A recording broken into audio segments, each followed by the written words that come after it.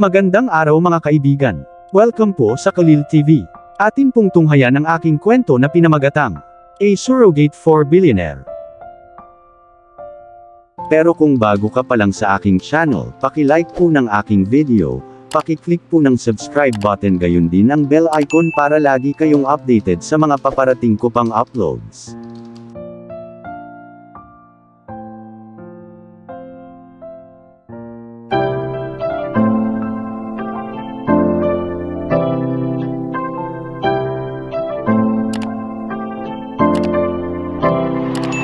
Kalil TV.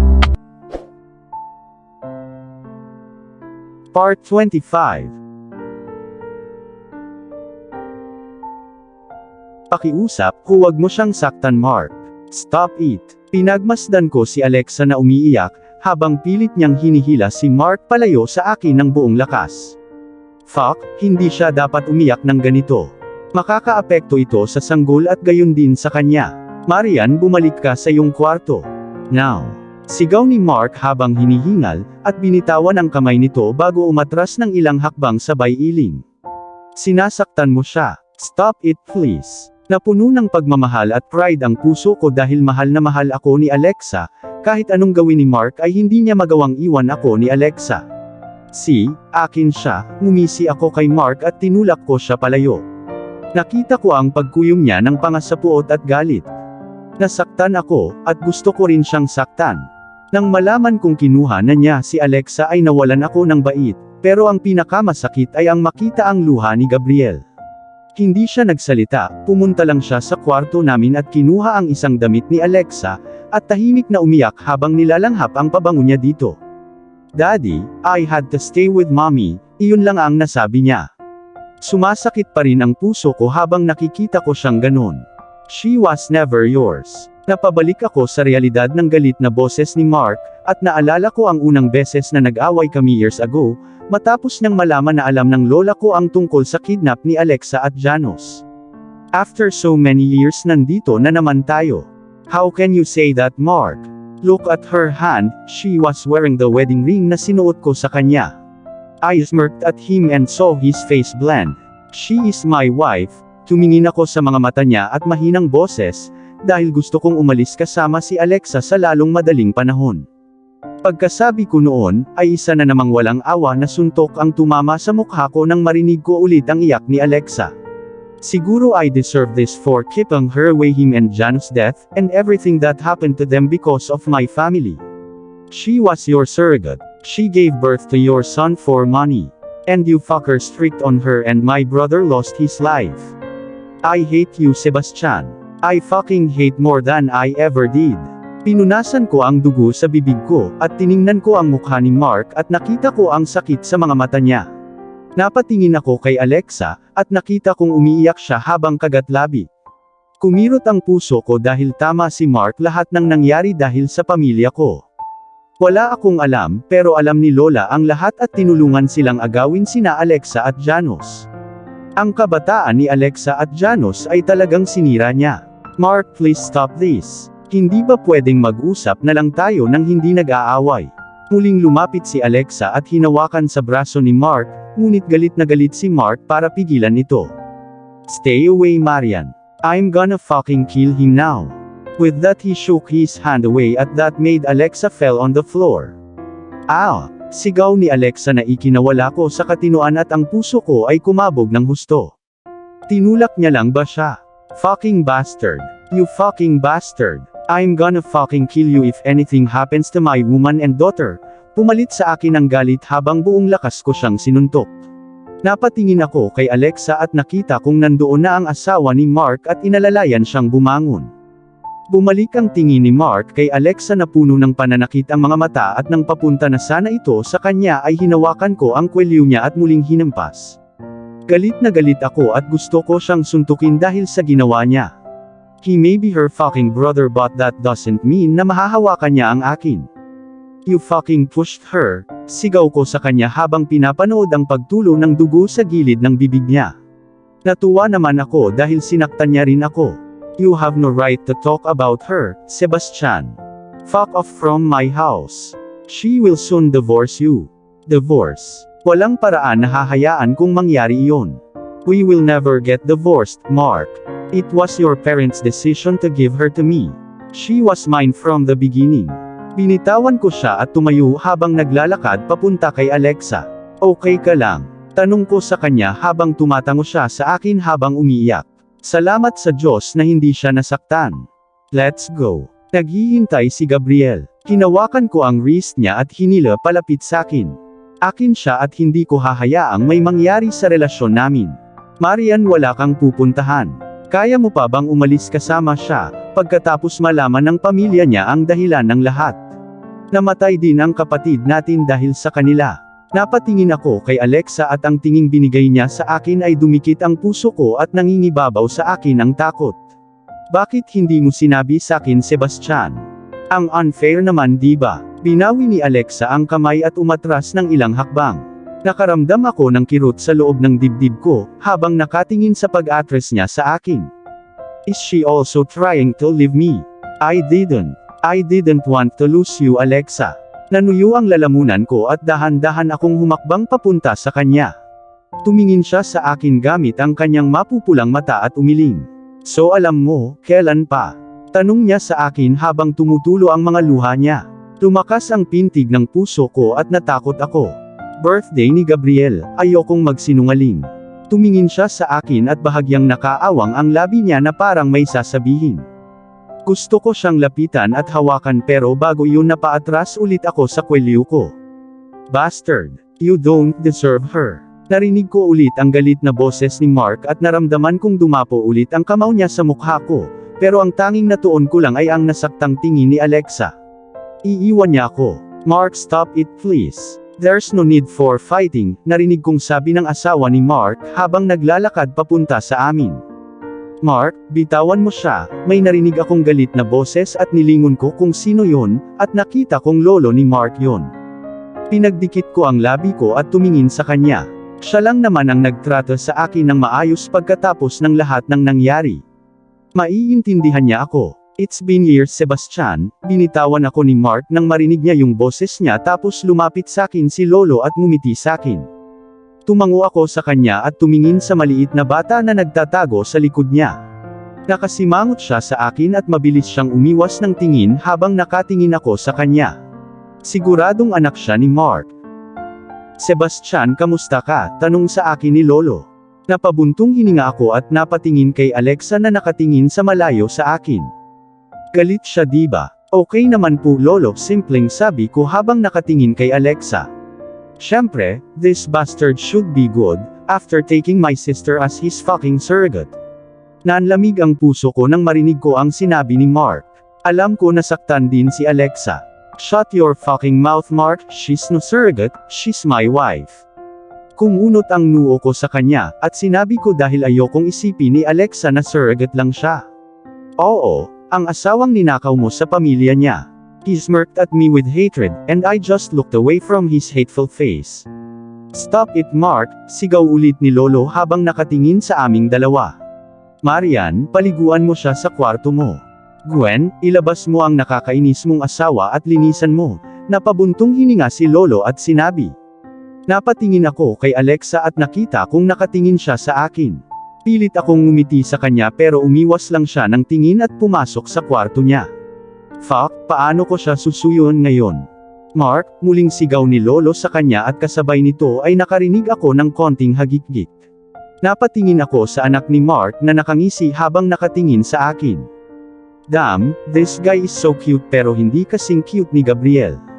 Nang wala akong pakialam sa lahat, pumasok ako sa kwarto ni Alexa, at sinarado ko ang pinto nang may ngisi sa aking mukha. At ang ngising iyon ay para kay Mark na baliw. Napabuntong hininga ako habang sinasara ang pinto. Madaling pakisamahan si Mark pero iba talaga itong babae ko. My lady, matamis kong ngiti kay Alexa na nakaupo na sa kama, habang nakatingin sa akin ng may galit na tingin. Nagpakawala siya ng malalim na buntong hininga at umiwas ng tingin. Alexa, makinig ka sakin, okay? Lumapit ako sa kanya at gusto kong ipaliwanag sa kanya ang lahat, at kung bakit hindi ko sinabi sa kanya ang totoo. Sebastian, go and wash. Pasimpleng tumayo siya sa kama at sinubukang umalis. Alexa, listen to me for the fuck's sake. Hinawakan ko ang kamay niya at pinaupo ulit siya sa kama. Hinalikan ko siya sa noo at umupo sa tabi niya. Ayokong mawala ka, kaya nga tinago ko sa'yo ang totoo. Intindihin mo na lang ako. Napabuntong hininga ako dahil hindi ko alam kung paano ipapaliwanag ang mga bagay na ito. Ewan ko Sebastian, pwede mo namang sabihin sa akin. Hindi ko alam na may kuya ako at isa ring hipag, lolo at maliit na pamangkin. Paano mo nasabi na ayaw mong mawala ako? Tinanong niya ako. Shit, this time galit na siya. Sige ngayon alam mo na. Please go with me now, Gabriel is crying. Nanlambot ang mga mata niya at agad na lumipad ang galit na iyon pagkabanggit ko kay Gabriel. Si Gabriel ang laging tagapagligtas ko kapag nagagalit siya. Maglinis ka na. Again her eyes sensed daggers at me as she pointed to the washroom. Tumango ako sa kanya at tumayo para umalis. Wanna join Alexa? Ang tagal na nating naghilamos, ngumiti ako sa kanya ng pagkatamis-tamis dahil gusto ko talaga siyang hawakan. Namiss ko siya ng isang linggo. No, not with a jerk. Pinagdikit ko ang labi ko at tumango sa kanya habang umiwas siya ng tingin sa akin. Bumuntong hininga ako at pumasok sa banyo at tiningnan ang sarili ko sa salamin. Anong nangyari sa gwapo kong mukha? Paano ko ngayon haharapin si Gabriel? Shit, pero ayos lang ginawa ko din naman yung sa mukha ni Mark. Dali-dali akong naghugas at kumuha ng tuwalya at ibinalot sa bewang ko habang palabas ng washroom. Paglabas ko ng washroom ay may tumama sa mukha ko. Mabilis ko itong kinuha at nakita kong isa ito sa mga lumang basketball jacket ko, na sinusuot ko noong nasa school ako pati na rin pantalon ko. How the fuck Alexa has it? I found it in my wardrobe, hindi ko alam kung kanino ang mga damit na ito. Isuot mo na lang, sabi ni Alexa habang nakatitig sa akin. Nakita mo sa loob ng wardrobe na yun? Tanong ko sa kanya dahil gulat na gulat lang ako. Paano ito nangyari? Napatingin ako kay Alexa at tumango lang siya sa akin. Bakit mo ninakaw? Parehong jacket at pantalon ko, tanong sa kanya dahil gusto ko siyang asarin, at syempre, hinanap ko itong jacket kung saan-saan. I didn't steal. I don't even know. She frowned at me. Umiti ako sa kanya at humakbang papalapit sa kanya habang hawak ko siya sa bewang niya. So you liked me. You had a crush on me but yet you pushed me away by telling me that I'm annoying. I buried my face against her neck and kissed her softly. Baliw ka. Don't be an idiot, just change into this and come. Tinulak niya ako palayo at lumabas ng kwarto.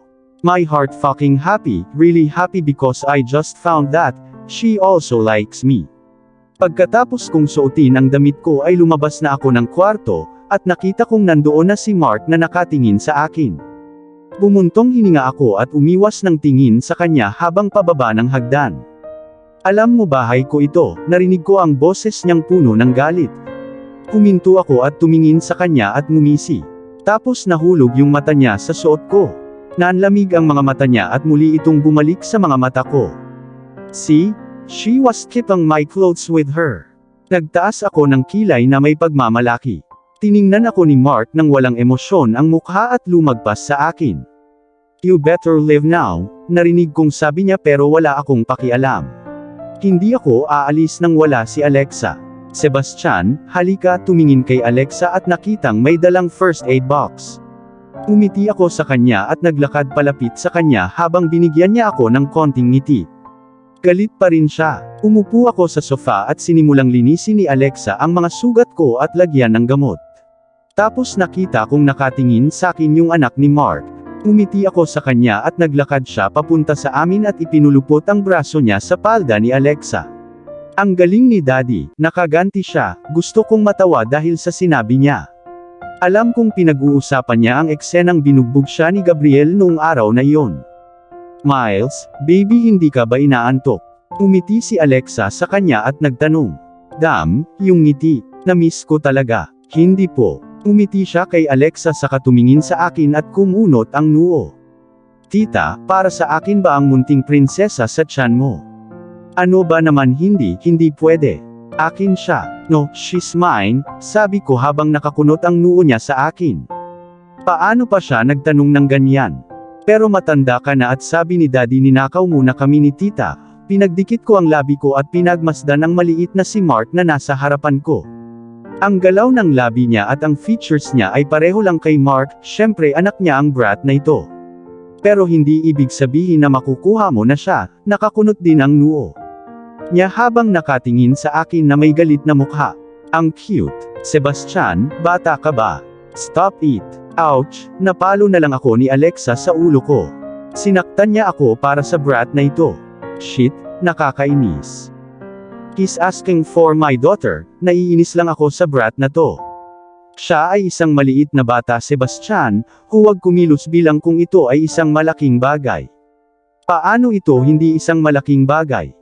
Anak ko siya at hindi ko siya ibibigay sa kahit na sinong lalaki. What the hell? Wala akong pakialam kung ilang magiging girlfriend ni Gabriel in the future, pero hindi ko hahayaan ang anak ko. Napaiwas ako ng tingin kay Alexa at napatingin sa maliit na nilalang na nasa harapan ko. Parang sasampalin ko siya nang makita ko ang ngisi sa mukha niya. Like father, like son. Nag-dinner ka na ba? Tanong ni Alexa sa akin habang sinusuklay ang buhok ko gamit ang daliri niya. Tumingin ako sa kanya at umiling. Paano ako kakain pagkatapos na malaman na ang aking asawa ay kinuha ng kanyang bloody brother? I'll make something. Miles, what do you wanna eat, baby? Bakit niya siya tinatanong? Anything, tita. Tinitian niya si Alexa. Tumango naman si Alexa sa kanya at sa amin pagpasok niya sa bahay. Pagkaalis ni Alexa ay napatingin ako sa batang nasa harapan ko habang nakangiti ito sa akin. Hindi ko sinasadyang napangiti dahil sa cute niyang ngiti. Nasaan si kuya? Bigla niyang tanong sa akin, tinatawag niyang kuya si Gabriel. Magaling yan. He's sleeping. I came here after he fell asleep. Ngumiti ako sa kanya at tumango naman siya sa akin. I'm going to see tita. Tumakbo siya palayo pagkasabi noon. Napabuntong hininga ako at napasandal sa sofa nang maalala ko kung paano kami magkasama. Nagbago ang lahat sa isang iglap. Lahat dahil kay Lola. Hindi ko alam kung bakit niya sila tinulungan. Sebastian, kamusta? Nabalik ako sa katinoan nang marinig ko ang boses ni Gwen.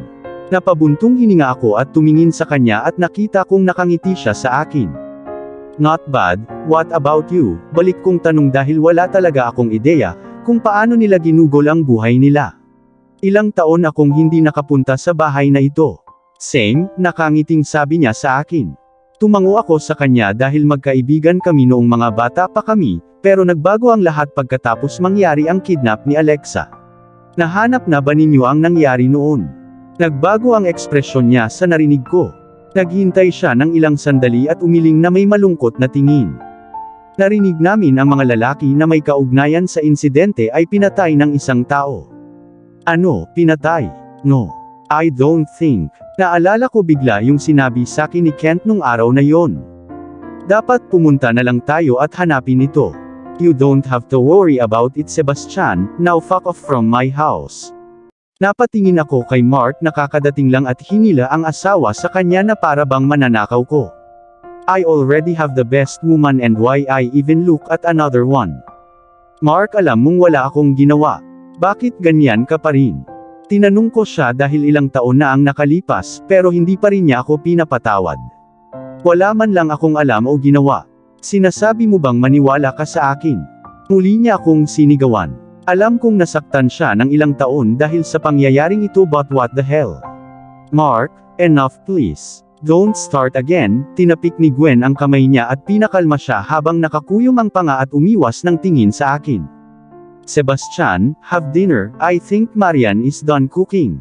Tumayo ako mula sa sofa at naglakad papunta sa kusina nila, at nakita ko si Alexa na nakangiti at nakikipag-usap sa batang brat na yon. Nandito ka na. Maupo ka at babalik ako. Lumingon sa likod namin si Alexa at ngumiti. Tumango ako sa kanya at pumunta na sa dining at maya-maya dumating si Alexa na may dalang pagkain. Habang naghahapunan ay tinapos ni Miles ang pagkain niya at tumakbo papasok sa kwarto niya, habang si Gwen naman ay sumisigaw at sinusundan siya, tapos lumapit si Mark at umupo sa tabi ko. Bakit mo sila pinatay? Biglang tanong niya at napatigil ang kilos ko. Pinatay sino? Ano? Tanong ko sa kanya dahil naguguluhan ako. Yung doktor na pumatay kay Janos at sa ibang mga lalaki. His words threw me into a deadly silence and the same time bumagsak ang mga mata ko kay Alexa, na nakatingin sa akin na puno ng takot ang mukha. Tinitigan niya ako saglit at tumingin kay Mark. Anong sabi mo? Pinatay. Tanong ni Alexa habang inililipat ang tingin sa akin mula kay Mark. Ayokong sagutin ang tanong niya kaya napayuko na lang ako at nagpatuloy sa pagkain. Sagutin mo. Napabuntong hininga ako dahil sa galit na sigaw ni Alexa. Napatingin ako kay Mark at nakita ko ang parehong reaksyon mula sa kanya. Bakit ba nabanggit pa niya ito sa kanya? Alexa, wala lang. Umiti ako sa kanya pero namumula ang mga mata niya at tumingin siya sa akin at umiling. May tinago ka na naman sa akin, Sebastian. What the hell was that? Sebastian, talk to me, tanong sa akin ni Alexa with a disappointed voice at tumingin siya kay Mark. Namatay si Janos, pinainom siya ng doktor niya ng mga maling gamot at lahat ng iyon ay ayon sa plano ng isang tao. Natahimik siya sandali at ngumiti ako ng pilit kay Mark at tumingin sa akin. Namatay siya dahil hindi ako makabayad ng pera, di ba? The way she asked me that, pakiramdam ko sinaksak ng maraming beses ang puso ko ng matalas na kutsilyo. I watched her tear-filled face and I wanted to lie pero hindi ko magawa dahil nabuksan na naman ni Mark ang sugat niya. Pinatay siya, wika ko sa mahinang boses habang nakatingin sa mga mata niya. Ayoko lang na nakikita siyang ganyan. So alam mo, narinig ko ang pangungutya niya at tumingin lang ako ng diretso sa mga mata niya nang hindi umimik. Ano pa ang mga itinatago mo sa akin, Sebastian? Any mistresses out there? Sleeping with other women? Or have more children? You really surprised me by hiding things from me. My heart shattered into pieces as I heard her words. Paano na lang siya? Alexa, you know me. You know what kind of man I am. Just don't say hurtful words. Pareho akong nagalit at nasaktan dahil sa sinabi niya. Yeah, I know. I'm sorry for my words. You only have me pero bakit? He was my brother, Sebastian. I had the right to know, pinilit niya ang sarili na humagulgol. Napatingin ako kay Mark at nakita kong puno ng guilt ang mukha niya. Alexa, I found it 4 years ago at wala ka. Hinanap ko ang kapatid ni Janos at sinabi ko sa kanya ang lahat pero wala akong napala. Pero pagkatapos kitang mahanap, ayoko lang na masaktan ka sa pagsasabi ng mga bagay na yon. Simpleng paliwanag ko sa kanya habang tumatango siya sa akin. At dito na po, nagtatapos ang part 25 ng ating kwento. Sabay-sabay po natin abangan ang susunod na kabanata. Paki-support rin po ng mga kwentong pag-ibig ni Dion Channel TV na asawa po ni Khalil TV. Maraming salamat po. God bless and stay safe everyone. Shout out po sa ating mga kaibigan na sina Nora Abdulkadir of Bahrain, Adelita Shirikian of Jerusalem, Israel, Jasmine Ramos of Abu Dhabi, UAE, Abun Shoji of Japan, Marivic Barquio of Kuwait, Mary Ann Bakat of Abu Dhabi, UAE, Marian Sushon of America, Karen May Plato of Hong Kong, Evain Loha of Hong Kong, Fe Cruz, Judy Char, Ana Yu Powell, Harna Baduli, Tenda Sotelo of Umingan, Pangasinan, Evangeline Caballero of Kuwait, Maria Renbuentipo of Uniza Al-Qasim KSA, Vianney Casagde of Kuwait, Taylon 21 of Hong Kong, Rose Ellen Fernando of Amman, Jennifer Gonzalo of Kuwait, Clemon Gabo of Hong Kong, Julieta Tornillo of Kuwait, Simpatica of Singapore, June Gwyneth Igorot Country Sounds of Hong Kong, Evelyn Togonon of Dubai, Kenta Hamamoto, Jean the Best of England, Chris Kenneth Acosta, Sassy TV, Rex Roy, Teresita Arevalo, Nicomeda Atihira, Annalisa Jamie of Saudi, Melanie Isidro of France, Nitz Reyes of Kuwait, Reyes Family of Kuwait, Alerta Family of Kuwait, Maricel Dela of Hong Kong, Janice Lunhas of Qatar, Honey V of Kuwait, Ella Fame of Kuwait, Minda Adlawan of Davao City, Marisa Remular of Amman, Lupineda of Dubai, UAE, Mariz Vialaw of Kuwait, Dolores Martin of Riyadh KSA, Garamilo Serafin of Dubai, UAE, EJ Kat of Hong Kong, Fatima Diocolano of Dammam KSA, Manang Mary's Channel of Amman, Devora Valdez of Singapore, Marites Bolarga of Taiwan, Florilyn Adlawan of Riyadh KSA, Lorena Barbosa of Moscow, Russia, Jolie Madamisila of Israel, Maria Manering of Australia, Luz Tua of Israel, Annalisa Trinidad of Guagua, Pampanga, San Matias, Cherry Masaglang of Kuwait, Rose Hasmain Fernando of Aman, Dana Prestoza of KSA, Jane Gupit of Batangas City, Connie Maximo of Taiwan, Nelly Gallo of Canada, Rosalinda Gonzaga of Kuwait, Jen Pitao of Qatar, Rodover Magallanes of Hong Kong, Emma Morgan of Kent, Seattle, Washington, USA, Reina Roque, Darkman Ed at Mimi, Leonard Brown, Yams, Vladimir Casimo, Pinky Flores, Gemela Dumasil, Glyceria Salab, Mars, Fena Veros, Mayu Calamente of Qatar, Rowena Manidol of Saudi Arabia, Dakwatchera of Hong Kong, Catherine Asaha of Kuwait, Mayan of Macau, Jeannie Lynn Quixote of Madrid, Spain, Augustina Amora of Jeddah, KSA, Nelia Ruiz, Raquel Calao,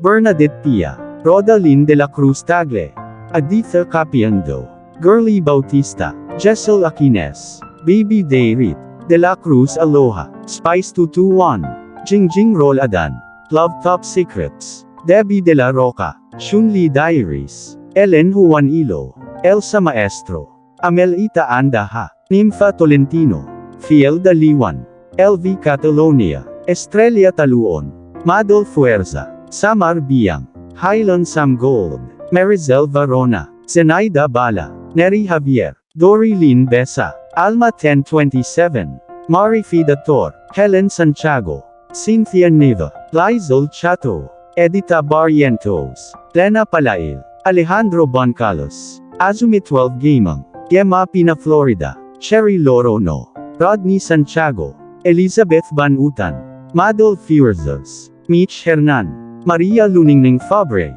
Jenny Joy Ruiz, Malu Gakyusana, Anato Kitchen, John Emily, Irma Akira, Beverly Ruiz, Madeline Gatan, Evelyn Valera, Cecil Yamamoto, Evelyn Ibanez, Challenges Vlog of Kuwait, Berlan Almacedo of Demam KSA, Rhonda Carion, Max Isard, Adelina Gelorina, Mary Lou Molina, Vilma Sakin, O'Rourke Erme, Mayore BCN, Gloria Abihiro, Feli Cockle, Banduan Lin, Agbon Family of Caloocan, Crisol Family of Quezon City, Lori of Kuwait, Rosana, Merlin Thomas of Bahrain, Jules HL 101, Honesa Basco of Qatar, Angelica Feboa Montajes at sa mga anak niya na sina, Tina and Penty of Finland and Anne of Dubai, Marshall Lemery of Israel, Nenita Dagohoy, Rowena Libona, Mary Jane Gono, Lorena Coloma, Pami A. Kamsa, Betty Lulos Nung, Josie Borilio, Femalig Onlina, Marilyn Batuigas 20, Tunog Relaxing, Shalimar Vergara, Sunida Abo, Jassy Baking, Hala Aguilan, Jeff Felgayo, Chris Elda Mausisa, Rose Estoy. Maraming salamat po sa suporta at ingat po lagi tayong lahat. God bless.